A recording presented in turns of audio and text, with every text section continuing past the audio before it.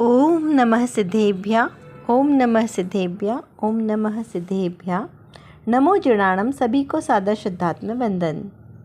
आज चैत्र शुक्ल सप्तमी का यह शुभ मंगल पावन दिवस है और शाश्वत पर्व श्री दशलक्षण महापर्व का आज यह तीसरा दिन उत्तम आर्जव धर्म का दिन है। आर्जव यानी कि मान कषाय के अभाव में आर्जव धर्म की प्रगटता होती है।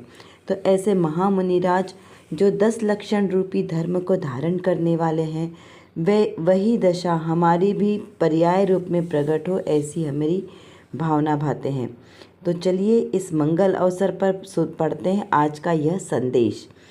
इस संदेश में लिखा है कि जितने भी जीव भूतकाल में सिद्ध हुए हैं, भविष्य में होंगे और वर्तमान में सिद्ध हो रहे हैं, वे सब आत्मदर्शन से ही हो रहे हैं, ऐसा निसंदेह जानो। ये श्री योगसार जी ग्रंथ जो द्रव्यान योग का ग्रंथ है, उसकी 107 नंबर की गाथा के आधार से लिया गया है। पूज्य आचार्य योगेंदु देव द्वारा विरचित ये योगसार जी ग्रंथ बहुत ही सुंदर लघु ग्रंथ है, लेकिन गागर में सागर भरा है। तो यहाँ पर ये जो संदेश हमें प्राप्त हुआ, इसका क्या अर्थ समझना कि जितने भी जीव भूतकाल में सिद्ध होंगे, यानी भूतकाल यानी जो पहले हो गया, यानी भूत निगम नए से। यहाँ पे नए जैसे बताया ना, पहले हमने पूर्व कक्षाओं में सुना है कि नए 2 प्रकार के भी होते हैं, 4 प्रकार के भी, 7 प्रकार के भी और अनंत नए भी होते हैं। तो उसमें से एक है भूत निगम नए। तो उस आधार से जितने भी सिद्ध हुए हैं, भावी निगम नय से जितने भी जीव सिद्ध हुए हैं और वर्तमान निगम नय से जितने भी सिद्ध हो रहे हैं, वे सब कौन सा कार्य करेंगे जिससे सिद्ध होंगे। तो यहाँ पे कहा कि आत्मदर्शन से। जैसे लौकिक में यदि कहा कि यदि कोई डॉक्टर बना है तो वो किस प्रकार से बना है, तो भाई पहले उसने मेडिकल का एंट्रेंस एग्ज़ाम दिया, फिर उसने मेडिकल की पढ़ाई की, तब जाके वो डॉक्टर बना। सारे ही डॉक्टर इसी प्रोसेस से डॉक्टर बनते हैं कि कोई और अलग प्रोसेस से भी होगी? नहीं, कोई जो सही तरीके से डॉक्टर बनेंगे वो इसी प्रोसेस से बनेंगे। कोई फर्जी डिग्री लेकर आ जाए वो बात अलग है ना, क्योंकि वो भी अगर फर्जी डिग्री लाएगा तो वो डॉक्टर नहीं कहलाएगा। क्या समझना यहाँ, यदि किसी ने छल से, पैसे देके, रिश्वत देके, भ्रष्टाचार से फर्जी डिग्री बना ली तो वो ओरिजिनल डॉक्टर नहीं कहलाएगा। उसके नाम के आगे डॉक्टर तो लिखा है लेकिन डॉक्टर नहीं कहलाएगा। वैसे ही यहाँ पर जितने भी जीव जो सिद्ध हुए हैं, जो भगवान बन गए, सिद्ध भगवान या अरिहंत भगवान है या निर्ग्रंथ दिगंबर महामुनिराज हैं, तो ये सब क्या कार्य कर रहे हैं? एकमात्र आत्मदर्शन का कार्य ही कर रहे हैं, तो ही वो सिद्ध कहलाएंगे भूत निगम नय, भावी निगम नय से और वर्तमान में। इसके अलावा अन्य कोई भी सिद्ध भगवान की या अनंत भगवान की उपमा नहीं पाते।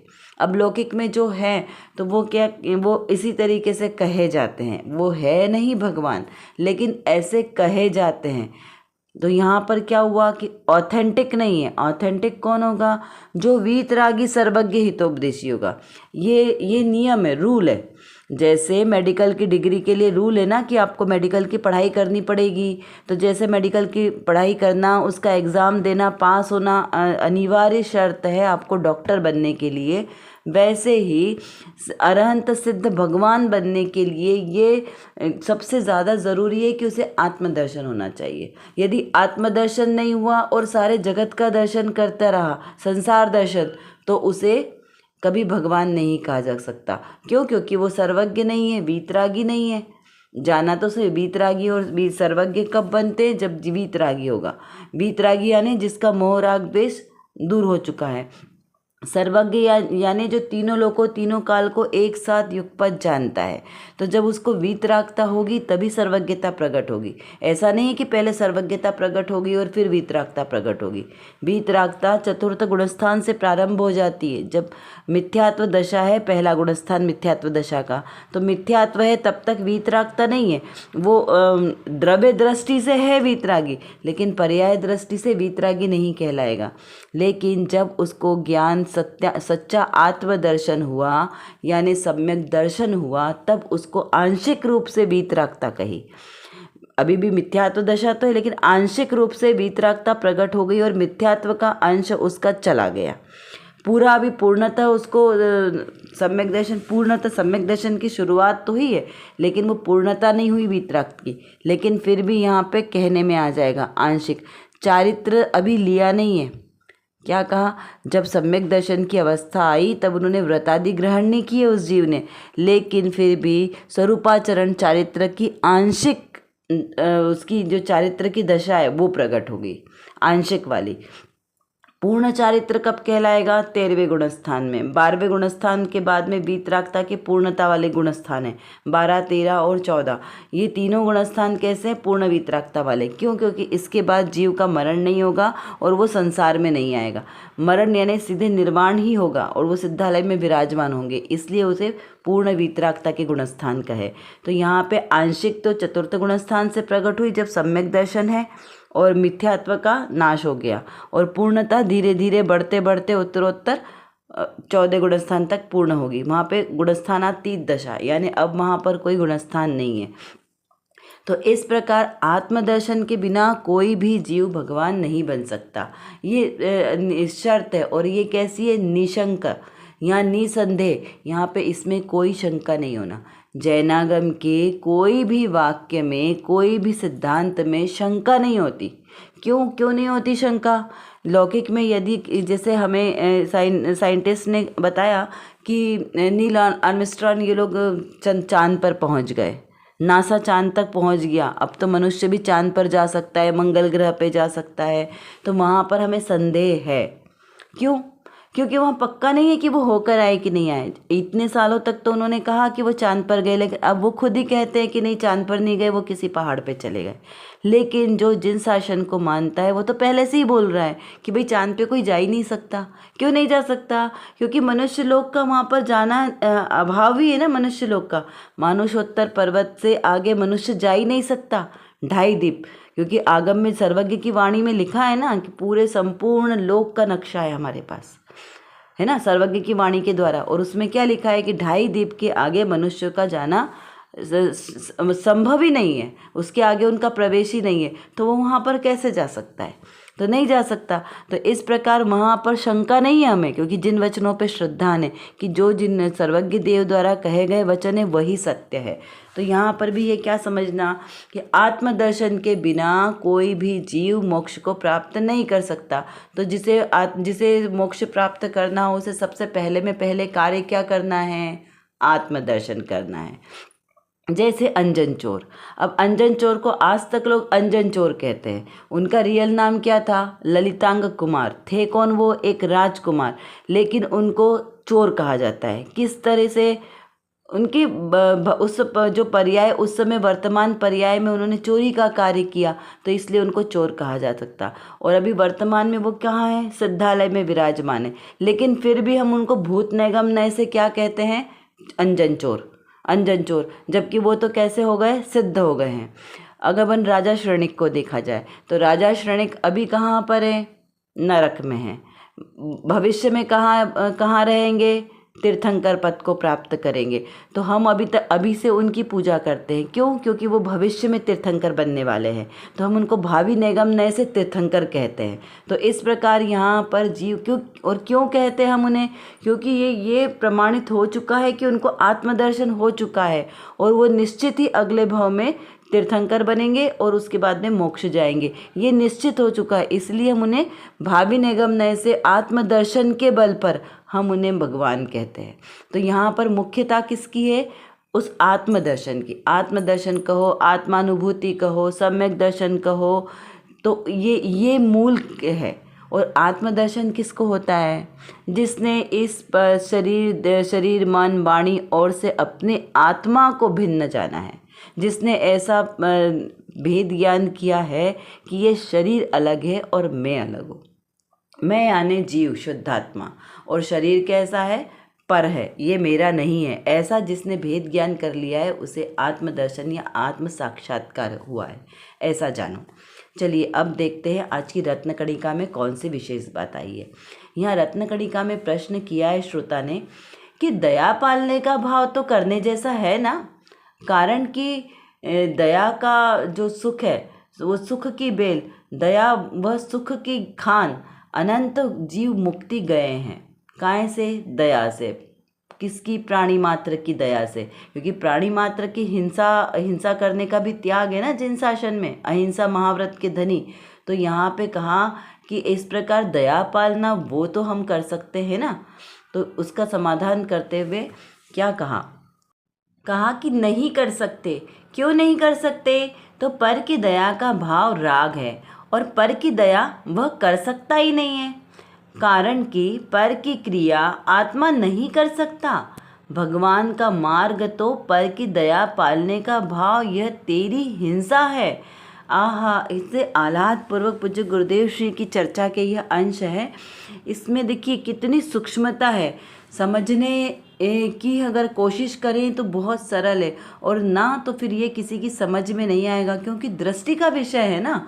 और दृष्टि कैसी है? यहाँ पे द्रव्य दृष्टि और पर्याय दृष्टि की बात चल रही है। पर्याय दृष्टि में तो मैं जो मैं मतलब आत्मा हूँ, लेकिन हमने अपने को क्या माना है? इस शरीर रूप माना है, इस पर्याय रूप माना है कि मैं मनुष्य जाति का हूँ, मैं स्त्री हूँ, मैं पुरुष हूँ, मैं बालक हूँ, मैं वृद्ध हूँ, मैं युवा हूँ, मैं काला हूँ, गोरा हूँ। ये सब क्या है? पर्याय है। तो पर्याय रूप में नहीं हूँ। यहाँ पे क्या कहा कि पर्याय रूप में हूँ ही नहीं, क्योंकि जो दिखाई देता है इन चर्म चक्षुओं से, जो दिखाई देता है वो तो मैं हूँ ही नहीं। मैं कौन हूँ? मैं जीव हूँ। मैं चर्म चक्षुओं से दिखाई देता हूँ? नहीं। क्यों? क्योंकि मैं अमूर्तिक हूँ ना। अमूर्तिक हूँ, अरूपी हूँ, अस्पर्शी हूँ। तो ऐसे अनंत गुणों वाला मैं शुद्ध आत्मा हूँ जो किसी को दिखाई नहीं देता। जब वो दिखाई नहीं देता तो कार्य कैसे करेगा? तो कार्य नहीं करता। आत्मा कैसा है? अकर्ता है, अकर्ता, अभोक्ता स्वभावी है। ऐसा मेरा आत्मा है। तो जो करने वाली क्रिया है वो मेरी क्रिया ही नहीं है। मैं बोल सकती हूँ? नहीं बोल सकती हूँ। मैं खाना खा सकती हूँ? नहीं खा सकती हूँ। क्यों नहीं खा सकती? क्योंकि मैं अकर्ता स्वभावी हूँ ना। और मैं हूँ कौन? आत्मा। तो फिर ये जो बोल रहा है ये कौन है? तो ये तो शरीर है। शरीर में एक पुद्गल वर्गणाओं की शक्ति है, भाषा वर्गणा की। उस भाषा वर्गणा पुद्गल रूप स्वयं परिणमित होती है और वो निकलती है। मैं तो मात्र भाव करता हूँ। अब मैं कौन? मैं स्त्री हूँ क्या? नहीं। मैं पुरुष हूँ? नहीं। तो मैं कौन हूँ? सिर्फ आत्मा। आत्मा स्वयं ही पुल्लिंग है। आत्मा ना तो स्त्री है, ना पुरुष है, ना नपुंसक है। आत्मा कैसी है? सदाकाल पुल्लिंग अवस्था में ही होती है, पुल्लिंग ही होती है। तो यहाँ पर अगर मैंने कहा कि मैं लड़की हूँ, तो इसका मतलब क्या हुआ? मैंने पर्याय दृष्टि से देखा, तो ये अपराध है। स्वयं को पर्याय दृष्टि से देखना अपराध है। दूसरे को पर्याय दृष्टि से देखना अपराध है, मिथ्यात्व है। तो फिर कैसे देखें? तो प्राणी मात्र को द्रव्य दृष्टि से देखो कि द्रव्य दृष्टि से सभी जीवात्माएं समान है। क्या कहा? सभी जीवात्माएं, जिसमें भी जीव द्रव्य है, वे सभी जीवात्माएं समान है। किसके समान है? सिद्ध भगवान के समान। भावी सिद्ध हैं सब, कि भविष्य में कभी न कभी सिद्ध होंगे। ऐसी उसे द्रव्य दृष्टि से देखो। क्यों? क्योंकि द्रव्य वो त्रिकाली शुद्ध है। प्रत्येक जीव की आत्मा त्रिकाली शुद्ध है। कोई रागी नहीं, कोई देशी नहीं, कोई अल्पज्ञ नहीं, कोई अज्ञानी नहीं, कोई महाज्ञानी नहीं, कोई नहीं। आत्मा कैसी? सर्वांग संपूर्ण है, पूर्ण परिपूर्ण है अपने आप में, और सब सिद्ध होने वाली आत्मा है। क्योंकि हमेशा वो कैसी है? शुद्ध रहने वाली है। आत्मा हमेशा शुद्ध होती है। ये पर्याय में अशुद्धि है। जो पर्याय रूप धारण किया इसमें अशुद्धता है। द्रव्य में कभी अशुद्धता नहीं होती। एक जो सोना है, सोने का अंगूठी, उसे नाली में गिर जाए तो क्या वो अशुद्ध होगी? नहीं होगी। क्यों? क्योंकि वो शुद्ध है। कितने साल तक रखी रहे तो अशुद्ध होगी? तो भाई कितने साल भी रखी रहे वो अशुद्ध नहीं होगी। लेकिन एक रसगुल्ला यदि नाली में गिर जाए तो क्या करेंगे? उसे उठाकर यूज़ कर लेंगे? नहीं। क्यों? क्योंकि वो अशुद्ध हो जाएगा। लेकिन स्वर्ण में ऐसी शक्ति है जो त्रिकाल शुद्ध है। चाहे वो नाली में रहे, चाहे वो गटर में स्वच्छ पानी में रहे, चाहे वो तिजोरी में रहे, वो त्रिकाल कैसा रहेगा? शुद्ध का शुद्ध ही रहेगा। उसमें शुद्धता का गुण है। उसमें कीचड़ की रंच मात्र भी कीचड़ उसके अंदर प्रवेश नहीं कर सकता। ऐसा वो टंकोट किरण है, घन पिंड है वो। उसी प्रकार मेरा आत्मा भी त्रिकाल शुद्ध रहने वाला है।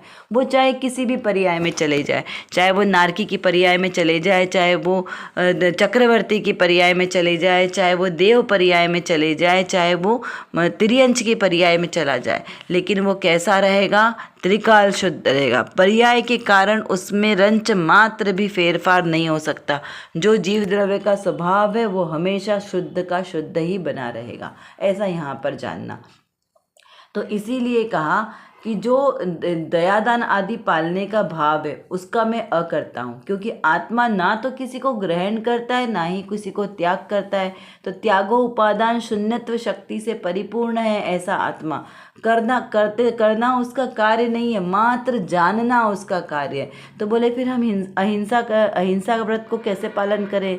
तो भाई पालन करने वाला मैं हूँ ही नहीं, तो फिर मैं कौन हूँ? तो फिर चाहे जैसे चले, बिना नीचे देखे चले, चाहे चींटी मरे, तो फिर इरिया समिति आदि का पालन कैसे होगा? क्योंकि इरिया समिति का पालन करते हैं ऐसा महामुनिराज, ऐसा तो हम कहते हैं। तो यहाँ का वो कहने में आता है पर्याय से कि मुनिराज 7 हाथ देख कर चलते हैं, 4 हाथ भूमि का शोधन करके इरिया समिति का पालन करते हैं, ऐसा कहने में आता है। परिसर जय करते तो परिसर विजयी, तो ये सारी क्रियाएं तो सहज होती है। क्यों? क्योंकि जब उनकी दृष्टि आत्मस्वरूप पे है तो सहज ही ये सारी चीज़ें उनकी इरिया समिति आदि पालन होती है। 28 मूल गुणों का पालन होता है। कब? जब दृष्टि उनकी आत्म स्वभाव पर है तो सहज ही होता है। माँ स्पेशल कोई करने का कार्य नहीं है। यदि कर्तापने का भाव लाया तो मिथ्यात्व हो जाएगा। तो उस समय भी जीव शुद्धोपयोग की दशा में भी आत्म साधना करते हैं, लेकिन फिर भी क्या करते हुए हमें दिखाई देते हैं, कहने में आते हैं कि वो आत्म साधना में रत है, आत्म साधना में लीन है, लेकिन वो लीन तो अपने ज्ञान में ही है और ज्ञान में ही ज्ञान को प्रतिष्ठित किया है। वो स्वयं से कुछ नहीं कर रहे, मात्र जान रहे। वो जो ज्ञान रूप की पर्याय परिणमित हो रही है ना, उसका भी मात्र वो जानने वाले हैं। तो वहाँ करता नहीं है, मात्र कैसे है? जानने वाले हैं। तो ऐसा मैं कौन हूँ? मैं भी मात्र जानने वाला हूँ। कर्ता स्वभाव मेरा नहीं है, मात्र जानना मेरा स्वभाव है। ऐसा इसका अर्थ यहाँ पर निकलता है। चलिए अब कुछ प्रश्नों के माध्यम से इसको थोड़ा सा और याद करने की कोशिश करते हैं कि क्या शुद्ध उपयोग में लीन मुनिराज को सिद्ध कह सकते हैं? अभी वो सिद्ध बने नहीं है, संसार में ही है। तो क्या वो जो शुद्धोपयोग में लीन है महामुनिराज, उनको हम सिद्ध कह सकते हैं जिनका 3 कषाय चौकड़ी का अभाव हो चुका है? ऐसे तो 6ठे गुणस्थानवर्ती महामुनिराज, और फिर 4 कषाय चौकड़ी का अभाव हो रहा है। वो मुनिराज कैसे हुए? वीतराग दशा को और प्राप्त करने वाले, श्रेणी मानने वाले, क्योंकि 8वें गुणस्थान से श्रेणी प्रारंभ होती है। 2 श्रेणी होती, छपक श्रेणी और उपशम श्रेणी। तो वो जो छपक श्रेणी से चढ़ने वाले महामुनिराज हैं अभी, उनको क्या हम सिद्ध कह सकते हैं? किस नए से कह सकते हैं, इसका विचार करना चाहिए। राजा श्रेणी किस नए से तीर्थंकर कहे जाते हैं? राजा श्रेणी का हम अभी भी अर्घ चढ़ाते हैं ना, भावी तीर्थंकर, तो किस नए से हम चढ़ाते हैं, इसका विचार करना है। उन सिद्धात्मा को अंजन चोर किस अपेक्षा से कहा है? अभी तो वो सिद्ध अवस्था में विराजमान है, लेकिन फिर भी जब कभी बात निकलती है निशंकित अंग में तो अंजन चोर ही याद आते। तो हम उन्हें किस नए से कहते हैं? क्या मैं राग कर सकता हूँ? क्या मैं मोह कर सकता हूँ? क्या मैं किसी से द्वेष कर सकता हूँ, क्रोध कर सकता हूँ? तो ये विचार करें कि मैं कौन हूँ। क्या मैं ये सारे जगत के जितने भी कार्य हैं उसका कर्ता मैं हूँ? मैं कर सकता हूँ क्या? यदि आत्मा कुछ ग्रहण ही नहीं करता तो फिर वह क्या करता है? न त्याग करे न ग्रहण करे तो करता क्या है? बारंबार ऐसा चिंतन मनन करे कि मैं कैसा हूँ, अकर्ता स्वभावी हूँ, मात्र जानना और देखना मेरा यही कार्य है। कार्य है मतलब अकर्ता स्वभावी हूँ और जानना देखना इतना ही मेरा कार्य है, इसके अलावा कुछ और नहीं। तो स्वयं की दृष्टि को हमेशा जानने देखने वाला हूँ, बस इतना ही हमें ध्यान रहना चाहिए। कर विचार तो पाम, हम जितना विचार करेंगे उतना ही हमारा विषय क्लियर होगा, क्योंकि हमारे पास समय की कमी है और जानना बहुत ज़्यादा है।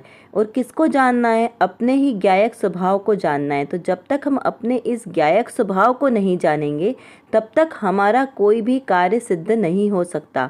तो एकमात्र जो मेरे अंदर मतलब मेरे आत्म स्वभाव में जो ज्ञान नाम का विशेष गुण है, इस गुण को एकमात्र अपने ज्ञायक स्वभाव को जानने में लगाएं तो निर्विकल्प दशा की प्राप्ति होगी। और इस निर्विकल्प दशा के ही आश्रय से हमें शाश्वत सुख की प्राप्ति होगी।